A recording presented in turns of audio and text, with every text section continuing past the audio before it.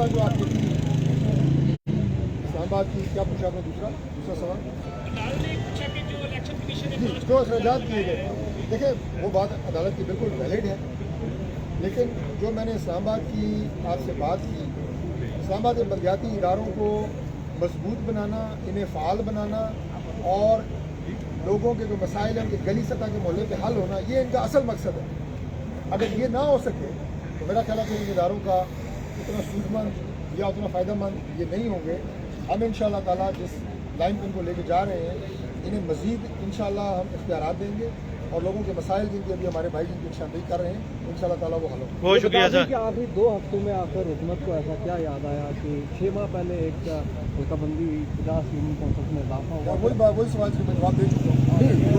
बहुत शुक्रिया। के इदारों के सियासी इस्तेमाल के हाल से आप लोग बात करते आए हैं, इस वक्त कैसे इसको डिफ्रेंशिएट करेंगे और इस तासुर को कैसे ज़ाहिर करेंगे कि इस्लामाबाद के तीनों हल्कों में तहरीक इंसाफ मौजूद है, तो ये पीडीएम की हुकूमत राय इख्तियार कर रही है इस होप से कि पॉपुलैरिटी उनकी। मैंने आपको पाकिस्तान तहरीक इंसाफ की यानी तारीख वाइज मैंने आपको बता दी है। 1 साल और 4 माह ये इदारे तहलील रहे।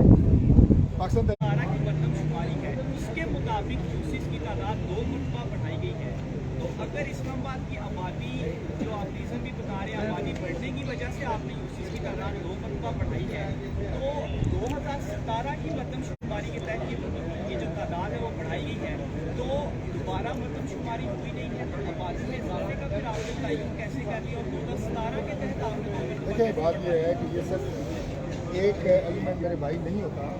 2017 की मरदमशुमारी उसके बाद जो आबादी में इजाफा होता रहता है वो आपके नादरा के डेटा में रिकॉर्ड होता रहता है और वो डेटा गवर्नमेंट के पास आता रहता है।